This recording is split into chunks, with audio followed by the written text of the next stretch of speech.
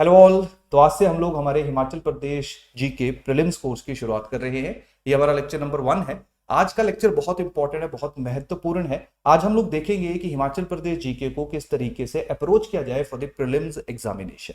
अब इससे पहले जब भी आपने जो सब्जेक्ट्स कवर किए होंगे तो हम हमेशा कहा करते थे कि जब भी आप किसी सब्जेक्ट को प्री पर्सपेक्टिव से पढ़ रहे हो तो साइमल्टेनियसली आप उसको मेंस पर्सपेक्टिव से भी रीड करोगे, यानी कि किसी भी एक सब्जेक्ट की प्री और मेन से अलग तैयारी नहीं हो सकती। लेकिन हिमाचल प्रदेश जीके के संदर्भ में ये चीज जो है वो सही नहीं है, क्योंकि जिस तरह से प्रीलिम्स में एचपी जीके के ऊपर क्वेश्चंस पूछे जाते हैं उससे बिल्कुल विपरीत, बिल्कुल डिफरेंट क्वेश्चन जो है वो हम लोगों को मेंस एग्जामिनेशन में देखने को मिलते हैं। यही कारण है कि हमारा एचपी जीके प्रीलिम्स का कोर्स डिफरेंट है और मेंस का कोर्स जो है वो अलग है। क्लियर? तो एचपी जीके प्रीलिम्स पहले हम देखेंगे, अपना फाउंडेशन बनाएंगे, उसके बाद जो है वो हम लोग एचपी जीके मेंस की तरफ मूव करेंगे। क्लियर? अब ध्यान रखिए, आज के लेक्चर में हम लोग देखेंगे क्या, ये बहुत ज्यादा इंपॉर्टेंट है। ऐसा मत सोचिए कि आज हम लोग किसी कोई फैक्ट जो है वो रीड नहीं कर रहे हैं या मेमोराइज नहीं कर रहे हैं। आज का लेक्चर बहुत इंपॉर्टेंट, बहुत महत्वपूर्ण है, क्योंकि ये आपको रियलिटी में बताएगा कि एचपीजी के प्रीलिम्स पर्सपेक्टिव से कैसे पढ़ा जाए, किन किन सब्जेक्ट्स या किन किन टॉपिक्स को आपने एचपीजीके के अंदर कवरेज कर देनी है और उन टॉपिक्स में कौन से टॉपिक्स जो वो ज्यादा इंपॉर्टेंट है, ज्यादा रेलेवेंट है, ताकि जब आप लोग रिवाइज करो या किसी भी टेक्स्ट को रीड करो तो आपको टेक्स्ट को पढ़ते ही पता चल जाए कि यहां से इस सवाल, इस तरह का क्वेश्चन, इस तरह का सवाल जो है वो बन सकता है। यही कारण है जो हमारे जो भी सब्जेक्ट शुरू होता है उससे पहले हम लोग एक ओरिएंटेशन वीडियो आपको देते हैं, और ये जो ओरिएंटेशन वीडियो है ये बहुत ज्यादा इंपॉर्टेंट रहती है, बहुत ज्यादा रेलेवेंट रहती है, क्योंकि आपको इंसाइट देती है कि आने वाले जो हमारे 20 लेक्चर्स हैं एचपीजीके के ऊपर। अब ध्यान रखिए, 20 लेक्चर 2 फेजेस में डिवाइडेड होंगे। पहले हम लोग history, geography, polity and economy जो स्टैटिक है उसको पढ़ेंगे, और दूसरा फेज हमारा तब शुरू होगा जब हिमाचल प्रदेश सरकार के द्वारा जो बजट एंड सर्वे है उसको रिलीज किया जाएगा। तो 3-4 लेक्चर जो है वो हमारे सर्वे और बजट के ऊपर होंगे, और इस बार जो है वो एचपीजीके में इकोनॉमिक सर्वे एंड बजट के ऊपर बहुत ज्यादा प्रश्न, बहुत ज्यादा क्वेश्चन पूछे गए हैं। तो आप लोगों को पहले ही पता होना चाहिए कि जब हम प्रीलिम्स एग्जामिनेशन के लिए एचपीजीके को पढ़ रहे हैं तो हमने किन किन चीजों का ध्यान रखना है, किन चीजों को फोकस करना है और किस तरीके से सवाल पूछे जा सकते हैं। और जैसे जैसे टाइम पिछले 2-3 सालों से हम लोग एक पैटर्न ऑब्जर्व कर रहे हैं जहां पे एचपीजीके का लेवल जो है वो थोड़ा इंक्रीज होता जा रहा है, थोड़ा डिफरेंट हो गया है, जैसा आज से 4-5-6 साल पहले पूछा जाता था। तो हम लोगों को जो चेंजिंग ट्रेंड है उसको भी एड्रेस करना है, जो अनसर्टेनिटी ऑफ द एग्जामिनेशन है उसको भी काउंटर करना है। तो आज का जो हमारा लेक्चर नंबर 1 है इसमें हम इन्हीं वेरियस एस्पेक्ट्स के ऊपर जो वो डिस्कशन करेंगे। तो इस लेक्चर को जरूर देखिएगा, ध्यान से देखिएगा और बिल्कुल भी इग्नोर मत करिएगा। क्लियर? क्योंकि आपको आइडिया लगाएगा कि हमने हिस्ट्री पे कितना फोकस करना है, पॉलिटी पे कितना फोकस करना है, ज्योग्राफी पे कितना फोकस करना है, हिमाचल की जो इकोनॉमी है, सर्वे है, बजट है, उसके ऊपर कितना फोकस करना है। क्लियर?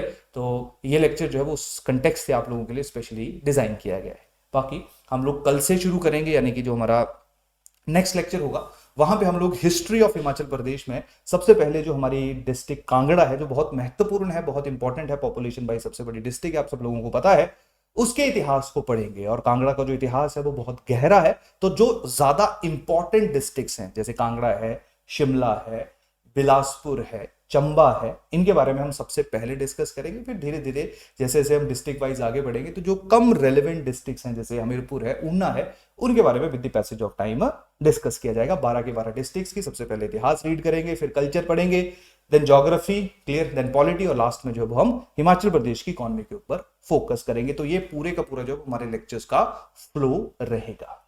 अब सबसे पहले जो है वो हम लोग ये देखेंगे आज के लेक्चर में कि जो हिमाचल प्रदेश जीके प्रीलिम्स के लिए है उसका सिलेबस क्या दिया गया है। जो हमारा एक नॉर्मल रिचुअल है जहां पे हम सब लोग सबसे पहले सिलेबस देखते हैं, उसके बाद हम प्रीवियस ईयर क्वेश्चंस को एनालाइज करते हैं, फिर हम एक स्ट्रैटेजी बनाते हैं कि इस सब्जेक्ट को, इस कंपोनेंट को इस तरीके से अप्रोच किया जाएगा।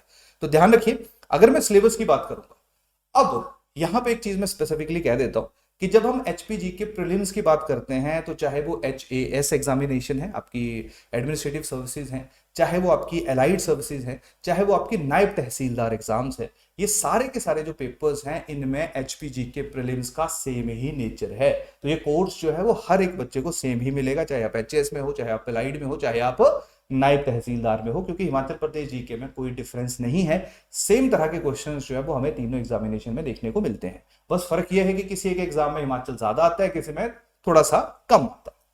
तो अगर हम थोड़ा सा या ओवरऑल जो है वो एनालाइज करेंगे तो सबसे पहले सिलेबस आप लोग यहां पे देख लीजिए, सेम ऑलमोस्ट सिलेबस है। ये प्रीलिम्स का सिलेबस है। तो एचपीएएस प्रीलिम्स में जो एचपीजीके का सिलेबस दिया गया है वो देखिए क्या है, history, geography, polity, art and culture, socio economic development of Himachal Pradesh. तो ऑन एन एवरेज हम लोगों को 20 से 25 क्वेश्चंस जो हैं, 20 से 25 सवाल जो हैं वो एचपीजीके के ऊपर देखने को मिलते हैं। तो इस साल जैसे मैं बात करूंगा तो 50 मार्क्स, क्योंकि हर एक सवाल जो है वो आपका 2 नंबर का रहता है, तो 50 नंबर के क्वेश्चंस जो हैं वो एचपीएएस में एचपीजीके से पूछे जाते हैं। तो यहाँ पे हमें हिमाचल की हिस्ट्री, हिमाचल की ज्योग्राफी, हिमाचल की पॉलिटी, हिमाचल की आर्ट एंड कल्चर और हिमाचल प्रदेश के अंदर जो सोशियो इकोनॉमिक डेवलपमेंट है उन एस्पेक्ट्स को कवर करना होता है। अगर हम लोग एलाइड प्रीलिम्स की बात करेंगे तो एलाइड में 200 नंबर का प्रीलिम्स आप सब लोगों को पता है, एक एक नंबर का क्वेश्चन होता है। तो हिमाचल जीके के ऊपर हमें 60 मार्क्स के या 60 क्वेश्चन जो है वो देखने को मिलते हैं। तो यहां से आप लोग देख लीजिए कि एचपीजीके कितना महत्वपूर्ण है, कितना इंपॉर्टेंट है। अब एचपीजीके को हिस्ट्री, पॉलिटी, ज्योग्राफी के बाद इसलिए भी पढ़ना चाहिए, ये हिस्ट्री, पॉलिटी, ज्योग्राफी जो मैं बता रहा हूं ये वो है जो आप लोग नॉर्मल पढ़ते हो, यानी कि modern Indian history, Indian polity, उसकी मैं बात कर रहा हूं। तो जो आपका नॉलेज वहां से आपने ग्रहण किया होगा, जो कंसेप्ट्स आपने वहां से पढ़े होंगे, वो बहुत ज्यादा हमें हमारे एचपीजीके लेक्चर्स के अंदर भी यूज आएंगे। तो अभी हम कहते हैं कि जब इंडिया का इतिहास पढ़ लिया फिर हिमाचल का इतिहास पढ़ो, इंडिया की ज्योग्राफी पढ़ ली फिर हिमाचल की ज्योग्राफी पढ़ो, इंडिया की पॉलिटी पढ़ ली फिर हिमाचल की पॉलिटी पढ़ो, क्योंकि हमारे लिए अंडरस्टैंड करना जो है वो चीजों को आसान रहता है। तो अगर हम लोग एलाइड प्रीलिम्स की बात करेंगे तो यहां पे देखिए same history, geography, socio economic development of Himachal Pradesh. अब यहां पे पॉलिटिकल डेवलपमेंट नहीं लिखा है, लेकिन पॉलिटी के ऊपर एलाइड में एग्जाम्स में या एलाइड एग्जामिनेशंस में सवाल पूछे गए हैं। इसके साथ साथ यहाँ पे आर्ट एंड कल्चर नहीं लिखा है, लेकिन आर्ट एंड कल्चर जो है it is a part of history, और कल्चर के ऊपर भी क्वेश्चन जो है वो एलाइड एग्जामिनेशन में पूछे जाते हैं। तो आसान भाषा में जो जो टॉपिक्स आपको प्रीलिम्स एचएस में देखने को मिलते हैं, सेम टॉपिक्स हम एलाइड में देखते हैं, और सेम टॉपिक जो है वो हम लोगों को नायब तहसीलदार एग्जामिनेशन में भी देखने को मिलते हैं, जहां पे 30 नंबर का जो हिमाचल प्रदेश जीके आता है। देखो सेम सिलेबस, क्लियर, ये 3 अलग अलग नोटिफिकेशन से उठाया हुआ सिलेबस है। तो इसको आप देख सकते हो स्क्रीन के ऊपर, ऑलमोस्ट सेम सिलेबस है। हिमाचल में आर्ट एंड कल्चर को स्पेसिफिकली मेंशन किया गया है, जो एलाइड और एनटी में नहीं किया गया है। लेकिन प्रीवियस ईयर क्वेश्चंस को देख के हम ये कह सकते हैं कि कल्चर की बात की जाए या हमारा जो डिफरेंट फॉर्म ऑफ आर्ट्स है उनकी बात की जाए, तो वो आपको एचएस के साथ साथ एलाइड और एनटी एग्जामिनेशन में भी देखने को मिलते हैं। और सबसे बड़ी हैरानी की बात ये भी होगी आपको कि इन तीनों में कोई डिफरेंस नहीं है। जैसे बहुत बार ऐसा हुआ है कि जो क्वेश्चन 2018 प्रीलिम्स एग्जामिनेशन में पूछा गया एलाइड में, वही क्वेश्चन हम लोगों को 2020 एचएएस प्रीलिम्स में भी देखने को मिला। और वो कोई एक क्वेश्चन नहीं था, वो 2 क्वेश्चंस थे। तो बहुत मायने रखते हैं कि ऐसे सवाल जो पहले आ चुके हैं और वो मुश्किल क्वेश्चन है, यानी कि नॉर्मली स्टूडेंट्स उनको नहीं कर पाते हैं। तो अगर आपने किसी एक एग्जाम को सीरियसली देखा होगा, जो भी हिमाचल प्रदेश के आजकल पेपर्स हो रहे हैं, अगर उनको सॉल्व किया होगा, तो आप फाइनल में बैठ के, यानी कि जब आप अपना प्रीलिम्स दे रहे हो, चाहे वो कोई भी हो, एलाइड हो, एनटी हो या एचएएस हो, जब आप प्रीलिम्स एग्जामिनेशन दे रहे होंगे तब आपको बहुत ज्यादा मुश्किलात का सामना नहीं करना पड़ेगा। और 2 क्वेश्चन बहुत ज्यादा मायने रखते हैं। इस बार बहुत सारे ऐसे लोग हैं जो 2-2, 3-3 नंबर से रहे हैं, तो अगर वो 2 क्वेश्चन उन्होंने पढ़े होते, उनको अच्छे तरीके से अगर वो सॉल्व करते थे, तो शायद वो इन होते। तो हमारे यहाँ पे गेम या हमारे यहाँ पे जो कहानी है वो हर एक क्वेश्चन की है। हमें हर एक क्वेश्चन को जो वो सीरियसली लेना है। तो जितने भी पेपर्स होते हैं हिमाचल के अंदर, ये चीज सब लोग सुन लीजिए आप, जितने भी पेपर्स हिमाचल के अंदर होते हैं उनमें स्पेशली जो एचपीजीके है वो कॉमन रहता है, वो सेम रहता है। तो अपने एचपीजीके के जो है जो भी सवाल एचपीपीएससी के द्वारा स्पेसिफिकली जो पेपर कंडक्ट किए जाते हैं कमीशन के द्वारा, उन पेपर्स को आपने हमेशा जो है वो रीड करना, चाहे वो पेपर आप दे रहे हो या नहीं दे रहे हो, और एचपीजीके के क्वेश्चंस को निकाल के उनको सॉल्व करना है, और जो नहीं आता होगा उसका आंसर फाइंड आउट करना है और अपने नोट्स के अंदर इंटीग्रेट कर देना है, अपने नोट्स के अंदर जो वो डाल देना है। तो कभी कभी ये चीजें 1 या 2 क्वेश्चन जो है वो आपको एक्स्ट्रा अटेम्प्ट करवा देती है और आप प्रीलिम्स जो है वो क्लियर कर सकते हो। क्लियर। तो हमारा जो कोर्स है, जैसे मैं स्पेसिफिकली मेंशन कर देता हूं, ये सभी के लिए है, डन, क्योंकि नेचर ऑफ क्वेश्चंस में कोई वेरिएशन नहीं है, कोई चेंज नहीं है। सेम तरह के सवाल हमें हर एक हिमाचल के जो एचपीपीएससी के द्वारा पेपर कंडक्ट करवाए जाते हैं उनमें देखने को मिलते हैं। क्लियर। तो ये कोर्स सभी बच्चों के लिए है, डन। तो यहां पे कहानी सबको समझ आ रहा है। तो सबसे पहले हम लोगों को एक चीज बहुत ज्यादा पता नहीं लगता है प्रीलिम्स के सिलेबस से, क्योंकि प्रीलिम्स के सिलेबस में बस सब्जेक्ट लिखे हैं, हिस्ट्री है, पॉलिटी है, ज्योग्राफी है, इकोनॉमी है। बस हमें पता चल गया कि हमने हिमाचल के 4 एस्पेक्ट्स को कवर करना है। क्या?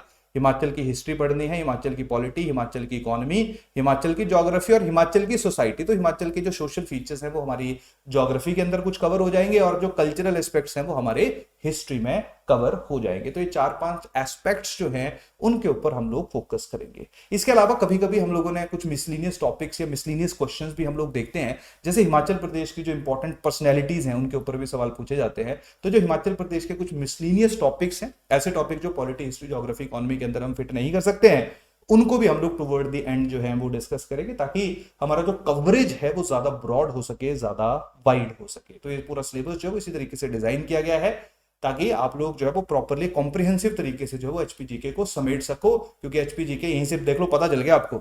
एचपीजीके के 25 क्वेश्चन आए हैं 2021 प्रीलिम्स में, क्लियर है, और हर साल एलाइड में जो है वो 60 क्वेश्चन आते हैं, क्लियर। तो अगर मैं बात करूंगा कि भाई जो इंडियन पॉलिटी आप पढ़ते हो, तो इंडियन पॉलिटी के कितने आगे, 12 क्वेश्चन आगे, 13 क्वेश्चन आगे, क्लियर।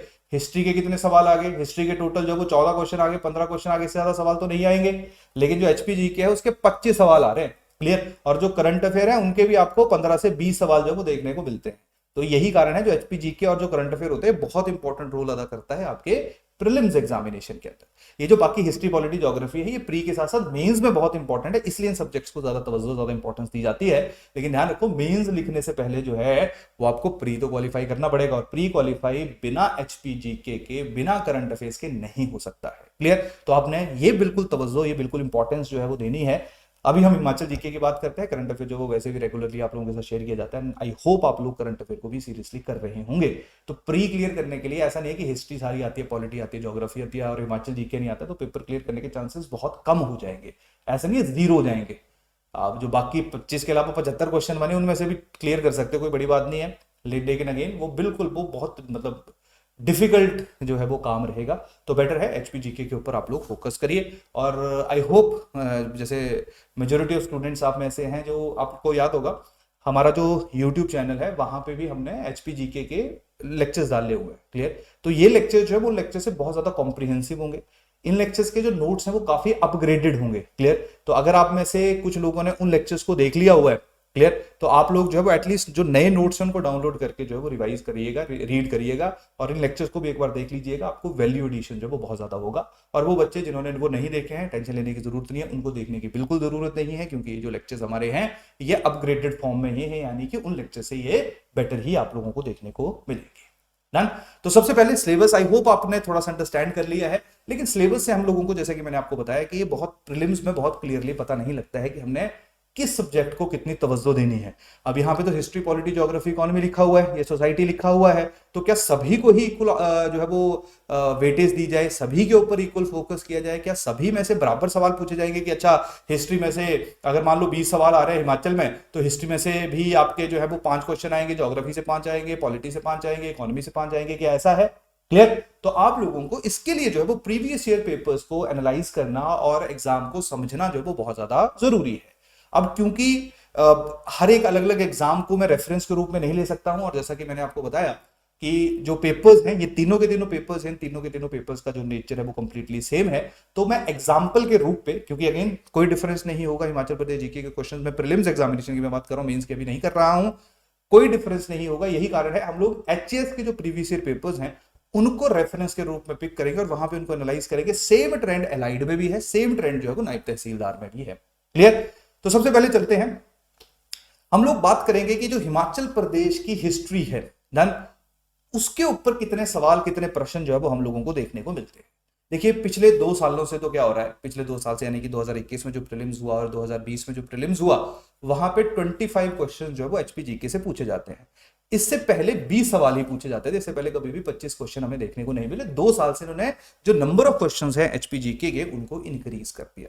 अब आप यहां पे खुद देखिए, अब मैंने यहां पे थोड़ा सा डिवीजन किया है। डिवीजन का मेरा मतलब क्या है कि मैंने क्या किया कि एक तो आपकी हिमाचल प्रदेश की हिस्ट्री होगी और एक हिमाचल प्रदेश का कल्चर हो गया। अब इसको डिवाइड करने का लॉजिक है, इसका लॉजिक क्या है, क्योंकि जो हिमाचल प्रदेश का कल्चर है ना, ये बहुत ज्यादा बड़ा नहीं है। इसको कंट्रोल करना, इसको पढ़ना, इसको समझना कंपैरेटिवली आसान है। या मैं बात करूंगा हिस्ट्री की, और हिस्ट्री का मेरा मतलब यहां पे है किंग स्पेसिफिक हिस्ट्री, यानी कि कोई राजा है उसका क्या योगदान है, उसने कौन सी लड़ाई लड़ी, उसने क्या किया, कौन फॉरेन ट्रेवलर जो है उसके टाइम पे उसने विजिट की। तो इस तरह की जो फैक्चुअल इंफॉर्मेशन है, कौन से साल में वो मरा, and this is the most difficult question clear, जो हमें आजकल देखने को मिल रहा है कि 1812 में मरा, 1813 में मरा, 1814 में मरा, तो इतना डिटेल में जो है वो थोड़ा मुश्किल रह जाता है चीजों को मेमोराइज करने में।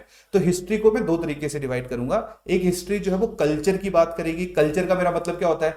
कल्चर का मतलब है कैसे कौन कौन से फेयर्स हैं, कौन कौन से फेस्टिवल्स हैं, कौन कौन सी मैरिजेस हैं, कौन कौन सी ट्राइब्स हैं, क्लियर डन, किस तरह के कौन कौन से जो रिलीजियस प्रैक्टिसेस है वो हम लोगों को हमारे देश के अंदर देखने को मिलती हैं, डांसेस है, म्यूजिक है, पेंटिंग है, क्लियर, ये सारे के सारे जो वो कल्चर के हम लोगों को हिस्से देखने को मिलते हैं। टेंपल आर्किटेक्चर है, स्पेसिफिकली अगर आर्किटेक्चर में बात करूंगा बहुत ज्यादा क्वेश्चन जो है वो उसके ऊपर पूछे जाते हैं। तो आसान भाषा में ये जो कल्चर वाला हिस्सा है ना, ये मैं स्पेसिफिकली बोल रहा हूं ताकि आप जब पढ़ो अप्रोच करो तो आपको क्लियर होना चाहिए कि हर चीज को आप 100% नहीं कर सकते हो। जैसे जो किंग स्पेसिफिक हिस्ट्री है, जैसे मैं आपको एक एग्जांपल देता हूं, अगर मैं कांगड़ा डिस्ट्रिक्ट की बात करूंगा जो हम सबसे पहले शुरू कर रहे हैं, अब कांगड़ा में मल्टीपल रियासतें हमें देखने को मिलती है, सिब्बा देखने को मिलता है, दातरपुर देखने को मिलता है, कांगड़ा खुद देखने को मिलती है, जसमान देखने को मिलता है, क्लियर, गुलेर देखने को मिलता है। तो मल्टीपल स्टेट्स जो है, मल्टीपल रियासतें जो है वो हमें कांगड़ा डिस्ट्रिक्ट के अंदर देखने को मिलती है। और कांगड़ा की सिर्फ मतलब जो एक रियासत है अमंग दी मल्टीपल रियासत ऑफ कांगड़ा डिस्ट्रिक्ट, उसके 487 राजे हैं, 487 राजे हमें देखने को मिलेंगे। अभी नंबर अगर बाद को भी हम आजादी के बाद भी कैलकुलेट कर लेंगे तो आई थिंक ये नंबर जो 490 के आसपास है। तो कुछ सोचो कि सिर्फ एक रियासत के 487 किंग्स हैं, तो याद कर पाओगे कि 487 सिर्फ कांगड़ा में, एक प्रिंसली स्टेट की बात कर रहा हूं मैं, कांगड़ा डिस्ट्रिक्ट के अंदर और भी है 5, और उस तरीके से बाकी डिस्ट्रिक्ट्स में भी सोच लो कि कितनी होंगी। तो कुछ चीजें जो है वो प्रैक्टिकली करना पॉसिबल नहीं है। तो हम लोग क्या करते हैं, हम आइडेंटिफाई करते हैं क्या कि इन 487 में से कौन कौन से जो है वो इंपॉर्टेंट किंग्स थे।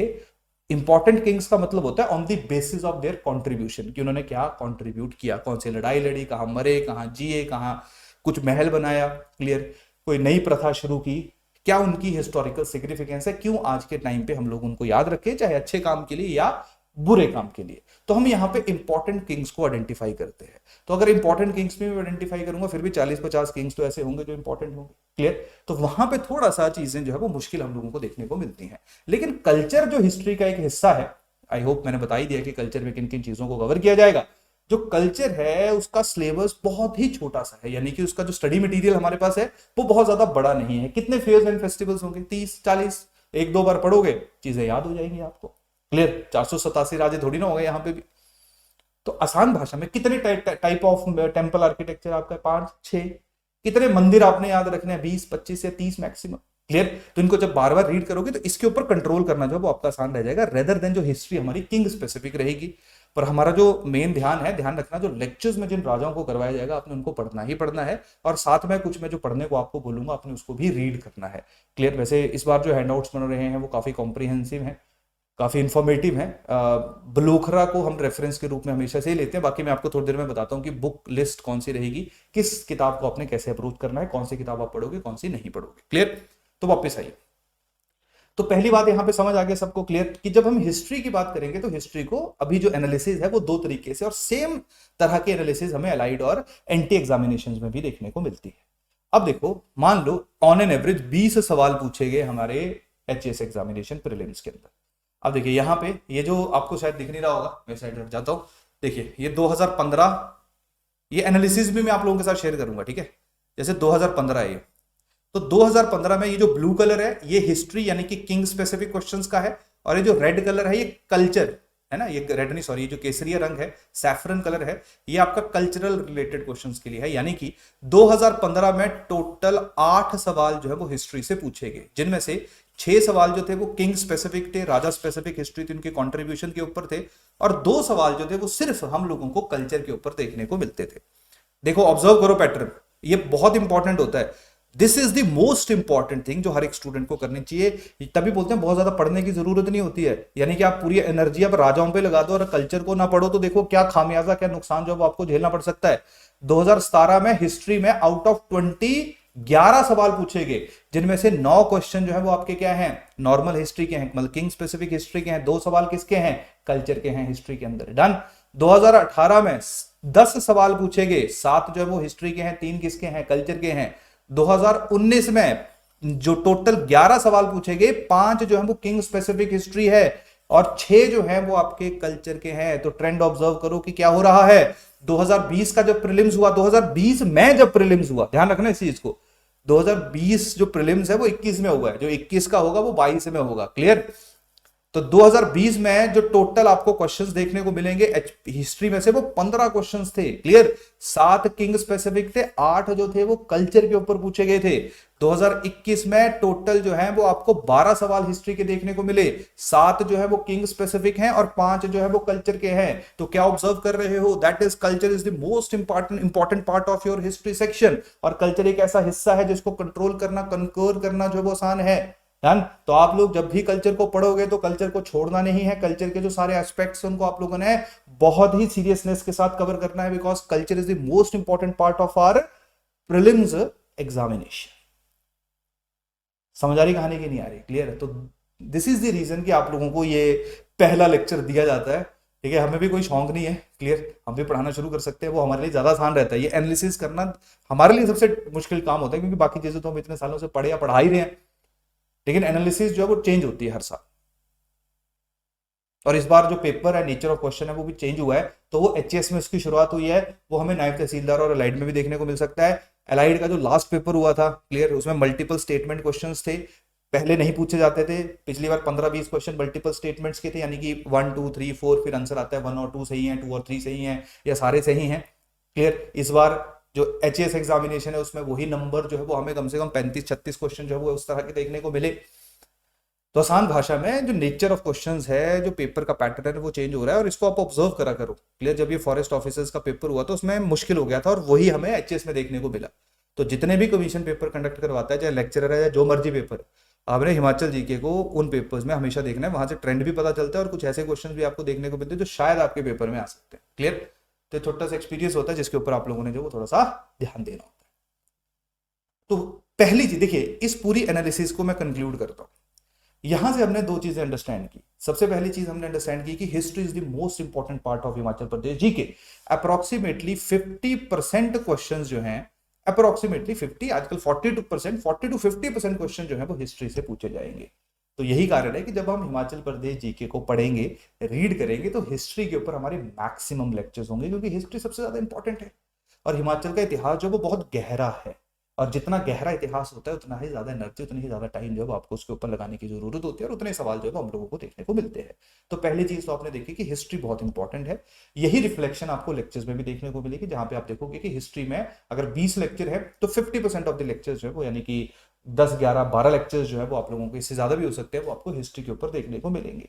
अब ध्यान रखिए, अभी टेंटेटिव शेड्यूल है कि टोटल 20 लेक्चर्स होंगे। ये नंबर ऑफ लेक्चर इंक्रीज और भी हो सकता है, 25 भी हो सकते हैं। क्लियर। तो यहाँ पे आपने ज्यादा घबराना नहीं है कि 20 ही बोला था, कम नहीं होंगे, नंबर ऑफ लेक्चर्स जो है वो इंक्रीज जरूर हो सकते हैं। डन। ये टेंटेटिव रहता है, क्योंकि साथ साथ जो है वो हमारे लेक्चर्स चलते हैं। क्लियर। अब देखिए, तो 2 चीजें ऑब्जर्व किया आपने। पहला किया कि हिस्ट्री इंपॉर्टेंट है, दूसरा आपने किया कि हिस्ट्री में जब कल्चर वाले पार्ट को आप पढ़ोगे तो आपने उसको इग्नोर नहीं करना है, क्योंकि जिन बच्चों ने 19 20 और 21 में इग्नोर किया होगा तो देख लो उनको कितना नुकसान का सामना करना पड़ा होगा। तो आप लोग जो गलतियां किसी ने की होंगी, आपसे भी हुई होंगी शायद, अगर आपने इन पेपर्स को दिया होगा, आपने इन गलतियों को रिपीट नहीं करना है। समझ आ गई पहले कहानी की नहीं आई? अब ये तो हो गया हिस्ट्री की इंपॉर्टेंस। अब हम देखेंगे कि हिस्ट्री में क्वेश्चन किस तरह के पूछे जाते हैं, ताकि आपको पता तो चले कि जब आप हिस्ट्री पढ़ रहे हो कि अच्छा इस चीज को पढ़ना है, इसको नहीं पढ़ने रहे तो ब्लोकरा पढ़ते हो, तो हर लाइन, हर पॉइंट जो है वो हम लोगों को इंपॉर्टेंट और रेलिवेंट लगता है। तो यही कारण है।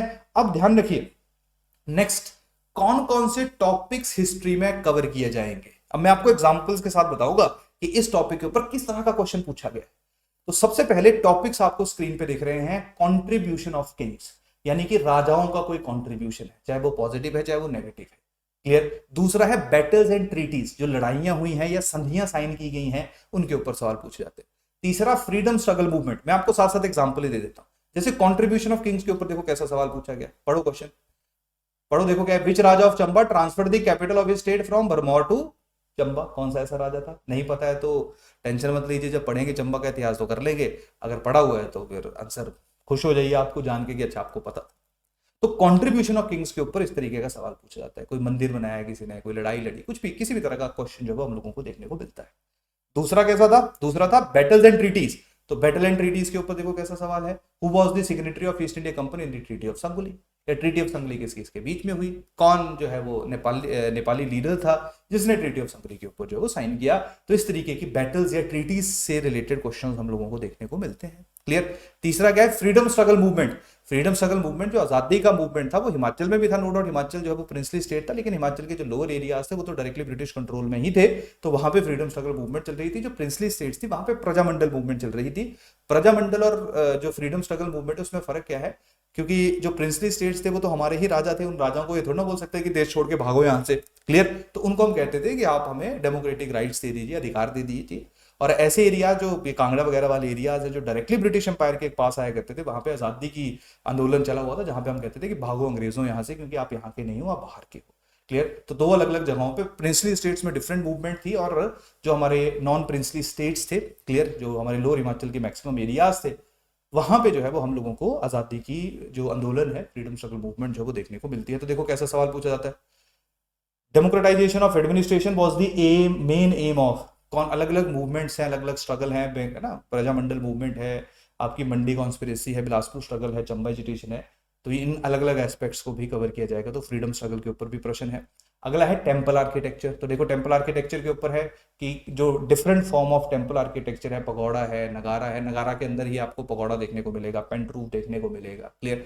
तो डिफरेंट टाइप ऑफ जो टेम्पल आर्किटेक्चर हमें हिमाचल प्रदेश के अंदर देखने को मिलता है, उसके ऊपर प्रश्न पूछा जाता है। पेंटिंग्स के ऊपर सवाल है। ये सारा देखो कल्चर का हिस्सा है, ये जो लास्ट है ना सारा, temple architecture, painting, inscription, monastery, drama, dances, dresses, fair and festivals. Clear. Books जो वो मिसलिनियस में डाल सकते हैं, बुक्स से ऊपर और फ्रीडम स्ट्रगल से नीचे सारे के सारे जो हिस्से हैं ये सारे हमारे कल्चर के एस्पेक्ट हैं। तो देखो पेंटिंग के ऊपर सवाल आया कि ये पेंटिंग जो है वो किसने, किस राजा ने जो है वो उसको प्रोमिनेंट बनाया। क्लियर। इंस्क्रिप्शन के ऊपर सवाल है। इंस्क्रिप्शन मतलब जैसे मान लो पत्थर के ऊपर कुछ लिखा नहीं होता है। क्लियर। तो वो जो इंस्क्रिप्शन है वो कहाँ मिली, किस जगह पे मिली, किसके द्वारा लिखी गई थी, किसके लिए लिखी गई थी। डन। नेक्स्ट आपका है मोनेस्ट्रीज, जो हम लोग देखते हैं कि हिमाचल प्रदेश के अंदर बुद्धिस्ट मोनेस्ट्रीज बहुत ज्यादा है, स्पेशली किन्नौर वाला एरिया, लाहौल एंड स्पीति वाला एरिया। क्लियर। तो कौन सी मोनेस्ट्री कहाँ मिलती है, इसके ऊपर सवाल पूछा गया, किस मोनेस्ट्री को किसके द्वारा बनाया गया। ड्रेस से रिलेटेड सवाल आ सकता है कि दोहरू जो है वो कहाँ की, किस डिस्ट्रिक्ट की ड्रेस है, या किसी और ड्रेस के बारे में पूछा जाएगा। क्लियर। जो है वो डांसेस के बारे में पूछा जा सकता है, जो आपका ड्रामाज है उनके बारे में पूछा जा सकता है। क्लियर। फेयर्स एंड फेस्टिवल्स में जो है वो पूछा जा सकता है कि कोई स्पेसिफिक किसी एक फेयर एंड फेस्टिवल की खासियत क्या है, वो फेस्टिवल कहाँ मनाया जाता है, किसके लिए मनाया जाता है, क्यों मनाया जाता है, कब मनाया जाता है। डन। तो ये सारे एस्पेक्ट्स जो है वो आप लोगों को क्वेश्चन आप स्क्रीन पे देख सकते हो। माधोराव की जलेब जो है वो किस स्पेसिफिक फेयर की मेन अट्रैक्शन है। डन। और लास्ट जब आपका बुक्स है पॉलिंड्री इन द हिमालय, जो वो किसके द्वारा किताब लिखी गई थी। तो ये सारे के सारे प्रश्न, सारे के सारे क्वेश्चन जो है वो हम लोगों ने एक्सट्रैक्ट किए हैं। ठीक है। लेकिन एक चीज मैं आपको बताता हूं, ये देखो, ये सवाल ये इस बार पूछा गया, यानी कि 2021 प्रीलिम्स में हमें इस तरह का क्वेश्चन देखने को मिला। इस तरह के क्वेश्चन इससे पहले नहीं पूछे जाते थे इसमें। और इन क्वेश्चंस में फर्क क्या है, ये देखिए डायरेक्ट है, क्वेश्चन है और आंसर पूछा गया कि भाई 4 में से बताओ सही क्या है। ये आसान होता है करना।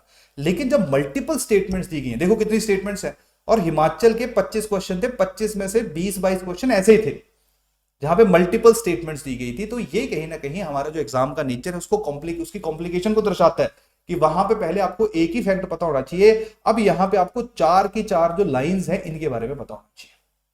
क्योंकि अगर आपको 4 नॉलेज होगा, इंफॉर्मेशन होगी, तभी आप इसका आंसर जो वो सही कर पाओगे। तो ये है आपके मल्टीपल स्टेटमेंट ओरिएंटेड क्वेश्चन। ये है changing nature of Himachal Pradesh G के इन प्रीलिम्स एग्जामिनेशन। क्लियर। जो आपको जो है वो या तो खुद आपने ऑब्जर्व कर लिया होगा, क्योंकि बताने वाले लोग जो है वो आजकल बहुत कम है। तो आपको ये पैटर्न ऑब्जर्व करना है। तो इसका मतलब है कि पहले जो हिमाचल प्रदेश जीके को पेपर में करते हुए ज्यादा समय नहीं लगता था, अब जितना 4 क्वेश्चंस को करने में टाइम लगेगा उतना सिर्फ इस एक क्वेश्चन को करने में लगेगा। और इस बार जो पेपर था वो बच्चों की मैक्सिमम परेशानी ये थी कि सर लेंथी बहुत था, यानी हो नहीं रहा। और क्योंकि लेंथी पेपर आपका था, तो लेंथी पेपर जो है वो उसमें पैनिक करने के चांसेस बहुत ज्यादा हो जाते हैं और गलतियां होने की संभावना भी बढ़ जाती है। तो अगर आप पहले से प्रिपेयर हो कि पेपर लेंथी हो सकता है, तो आप उसी तरीके से प्लान करके जाओ। और हिमाचल प्रदेश जीके को और ज्यादा गहराई में आपको पढ़ना पड़ेगा।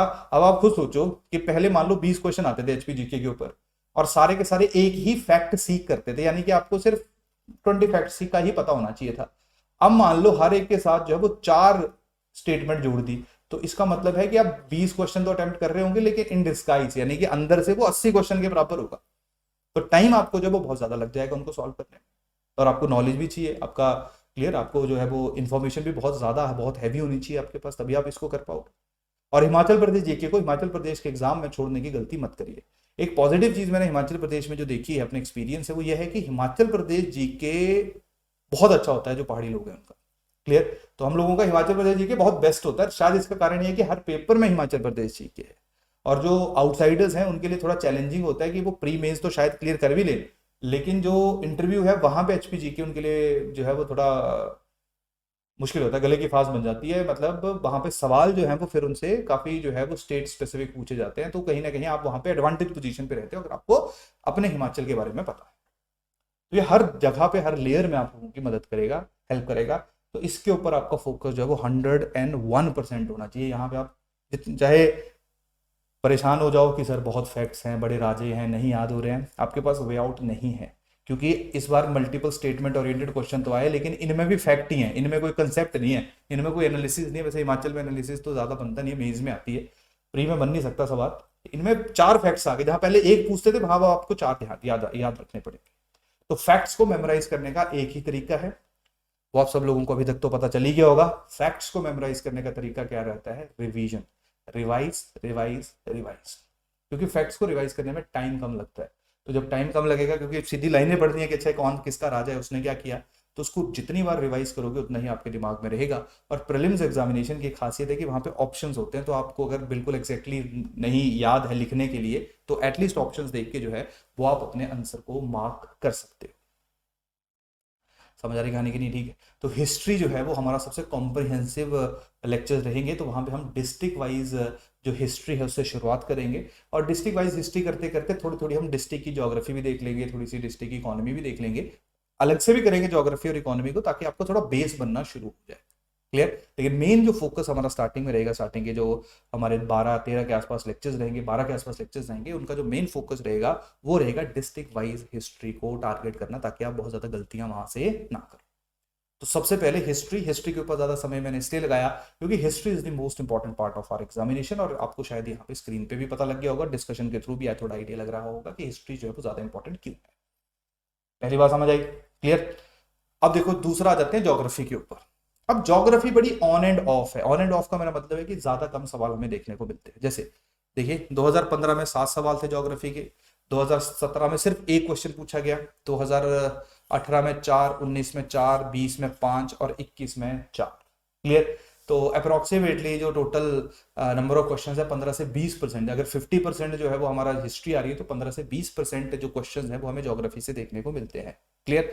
तो ज्योग्राफी भी इंपॉर्टेंट है। अगेन ज्योग्राफी को कंट्रोल करना आसान है, पर कभी कभी ज्योग्राफी में ऐसी इंफॉर्मेशन, ऐसा नाला या ऐसे खड्ड पूछ लेते हैं जो आपने कभी नहीं सुनी होती, तो वो थोड़ा सा एक आपके लिए डिसएडवांटेज हो जाता है। जैसे है ना, आपके आसपास जैसे एक बार पूछा था कुना खड्ड कहाँ पे है। क्लियर। तो जो हिमाचल में हमीरपुर डिस्ट्रिक्ट में रहते होंगे उनको पता है कि कुना खड्ड कहाँ पे है, बाकी बेचारे जो किन्नौर में है उनको क्या पता है कि कुना खड्ड क्या है। क्योंकि खड्ड और नालों के ऊपर अगर सवाल पूछा जाएगा तो चांसेस कम रहते हैं कि सारे बच्चे उनको अटेम्प्ट कर पाए, लेकिन ये किस्मत है। और ये एक आधे क्वेश्चन में ही होता है कि जो आपका एरिया है उसके आसपास के जगह के बारे में जो है वो, या उसके आसपास की जगह जो है वो आपको ऑप्शन के रूप में देखने को मिलती है।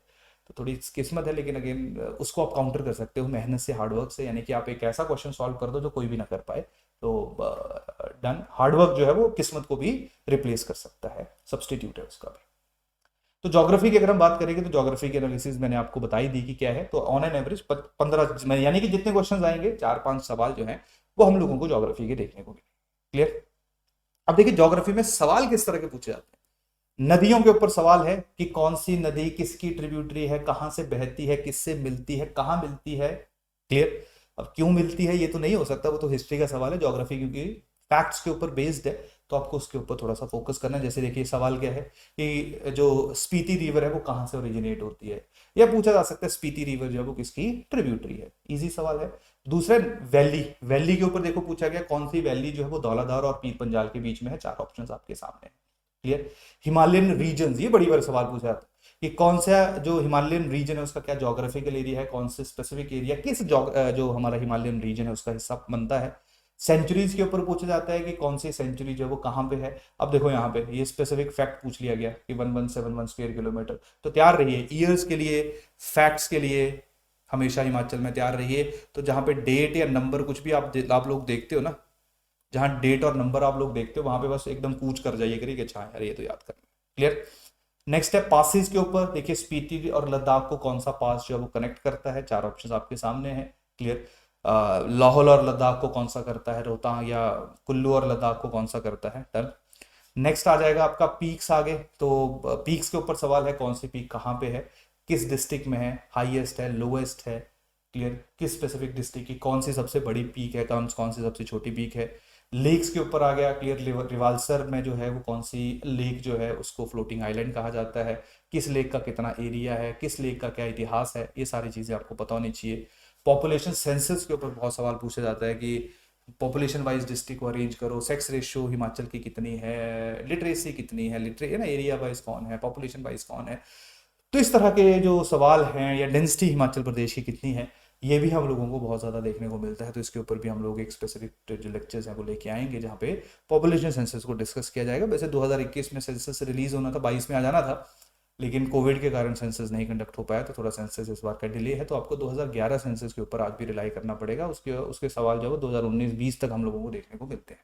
तो जो लेटेस्ट सेंसस होता है चाहे वो 11 का है, अगर नया आ गया तो नए को हम लोग पिक करेंगे, और 11 और जो नया आएगा उसको कंपेयर करेंगे, उसके ऊपर भी क्वेश्चन बन सकते हैं। तो जैसे जैसे टाइम आगे बढ़ता है, on the basis of analysis हम लोगों की जो स्ट्रैटेजी है, हम लोगों की जो अप्रोच है एग्जाम को प्रिपेयर करने की, वो भी चेंज होती रहती है।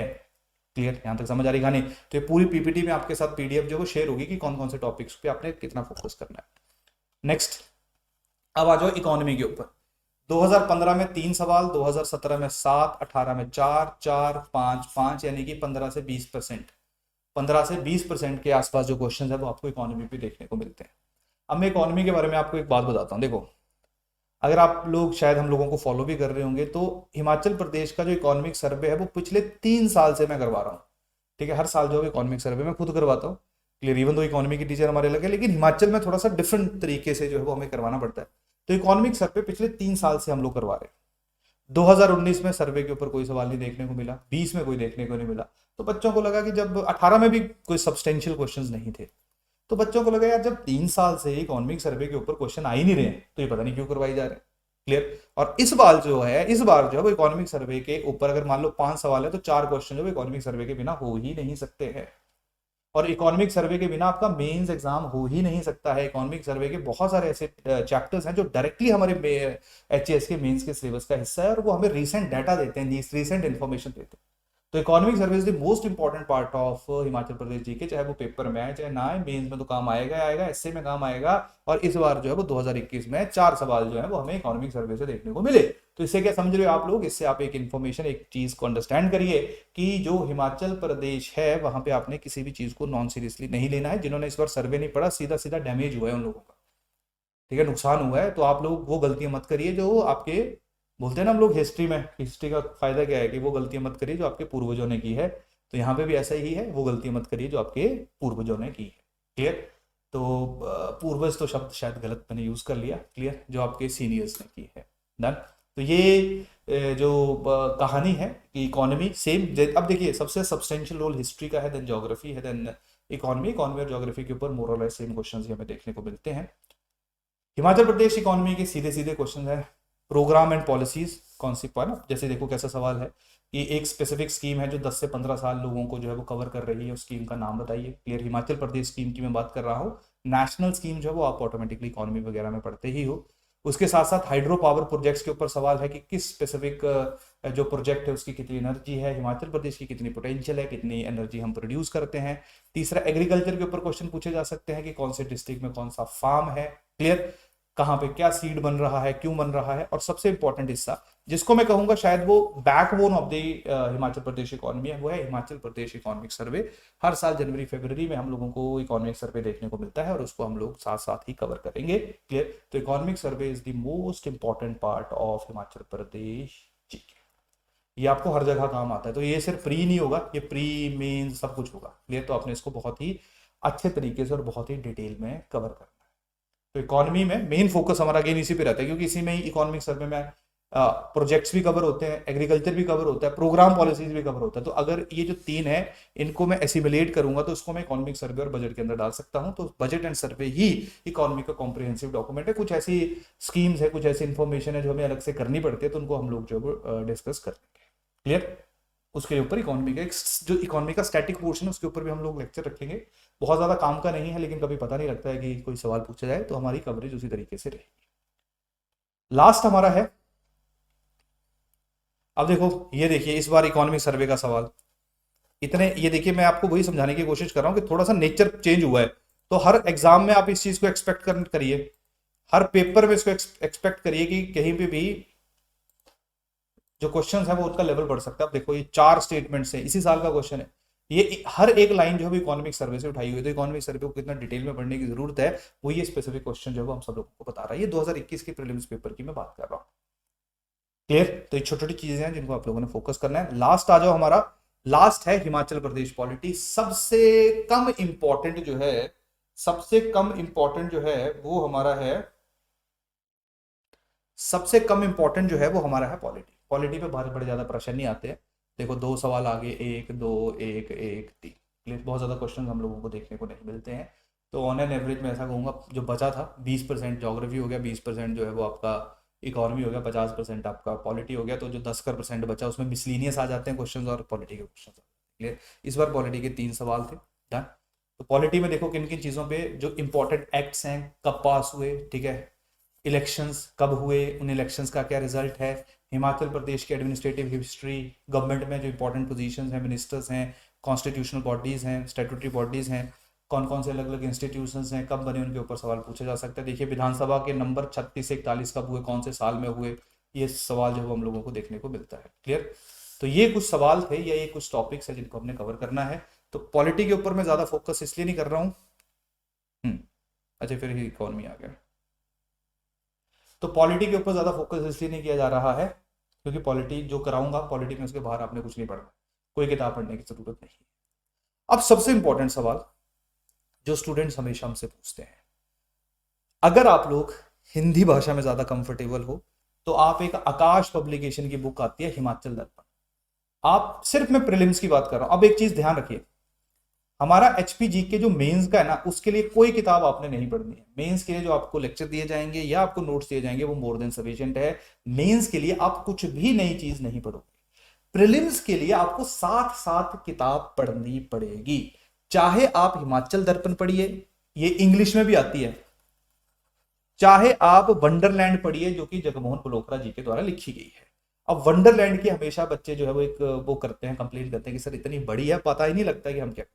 तो आप लोगों के लिए थोड़ा सा मैं कंफर्ट ये कर देता हूं कि हमारे जो नोट्स बने हुए हैं, हमारे जो नोट्स बने हैं उनमें 70% कंटेंट जो है वो वंडरलैंड का ही है।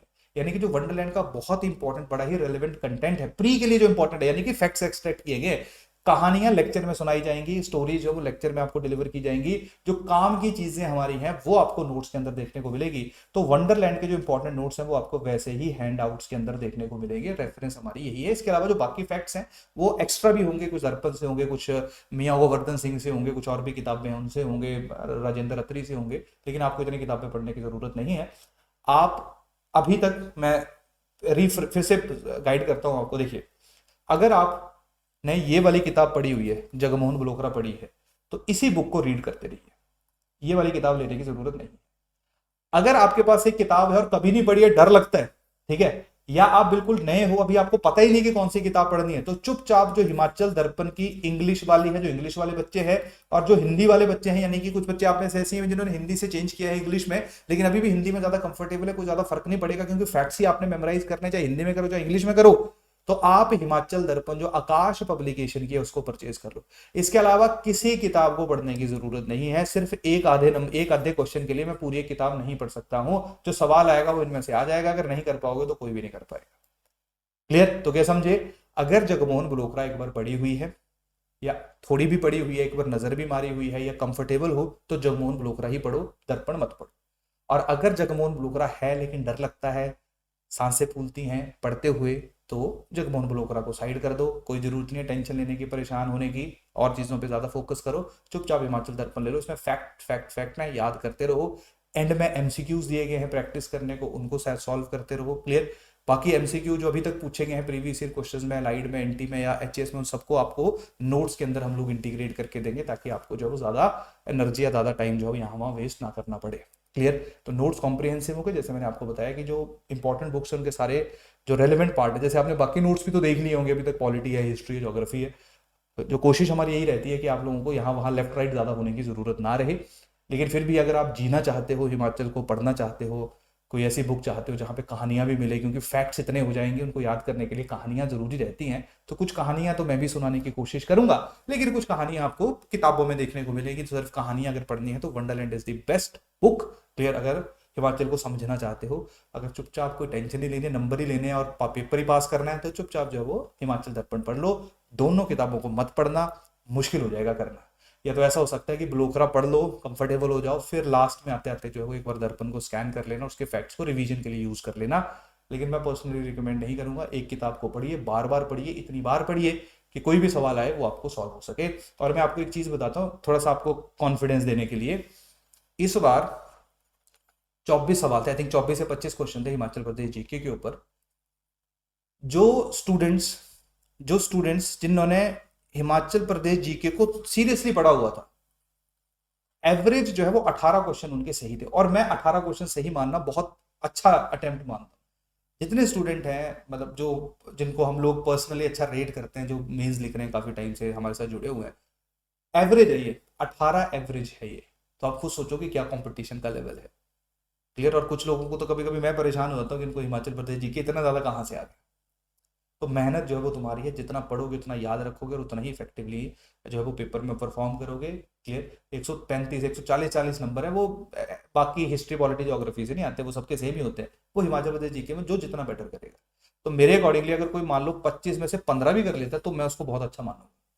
ठीक है, 15 भी कर लेता, पर ऐसा नहीं है कि 15 ठीक कर दिया और 10 गलत कर दिया तो फिर वो नेगेटिव हो जाएगा। 15 का मतलब है इफेक्टिव 15, यानी कि हिमाचल में अगर जितने सवाल है 30 नंबर आपके अगर हिमाचल जीके से बन जाए तो आपकी अटेम्प्ट जो है अच्छी मानी जाएगी। तो एक और जो कड़वा सत्य है उसको अपने प्रीलिम्स में लेके जाना है कि कम से कम 4 से 5 सवाल ऐसे होंगे हिमाचल में जो आउट ऑफ ब्लू होंगे, यानी कि जिनको कोई नहीं कर पाएगा, और तो उनको आपने भी करने की कोशिश नहीं करनी। लेकिन जो 18 से 20 कर रहे हैं, आपका कंपटीशन उनके साथ है, तो आप जितना पढ़ोगे, जितना रिवाइज करोगे, उतना आप लोगों के लिए जो वो बेनिफिशियल रहेगा, उतना आप लोगों के लिए जो वो बेटर रहेगा। ठीक है, तो ये हमारा इंट्रोडक्शन लेक्चर है। कल से हम लोग जो है वो कांगड़ा के इतिहास से शुरू करेंगे। कांगड़ा के ऊपर हमारे आई थिंक 2 से 3 लेक्चर्स रहेंगे। अब देखते हैं कि ज़्यादा ड्यूरेशन में लंबी नहीं रखना चाहूँगा, क्योंकि आप में से बहुत सारे स्टूडेंट्स हैं जिन्होंने कभी हिमाचल प्रदेश जीके को पढ़ा भी नहीं है, तो हमें हर तरह के बच्चे को जो वो ध्यान में रखना होता है। क्लियर। तो कल से जो है वो हम लोग कांगड़ा के इतिहास की शुरुआत करेंगे। तो आप लोग ध्यान रखिए, HP GK is the most important part of your preparation, और एचपी जीके को आपने सीरियसली करना है। अपने दिमाग में से रोज सुबह उठ के ही बोला करो, ताकि गलती से भी अगर समझ नहीं आए तो टेंशन ही लेनी है। समझ आने का वैसे सवाल नहीं पैदा होता, समझ तो आएगा ही। क्लियर। लेकिन सबसे बड़ी बात है रिटेन करने में टेंशन रहती है। डरते हो, घबराते हो, घबराना नहीं है। जर्नी ऐसे शुरू होती है जहाँ पे धीरे धीरे आज 10% याद होगा, कल 20 होगा, परसों 30 होगा, 40 होगा, 50 होगा, 60 होगा, 70 होगा। कभी भी पहली बार या दूसरी बार पढ़ के 70 नहीं होगा ना 80 होगा। क्लियर। तो थोड़ा कॉन्फिडेंस रखिए, मेहनत करिए, पढ़िए, और कल से हम लोग जो वो कांगड़ा की शुरुआत करते हैं। Thank you.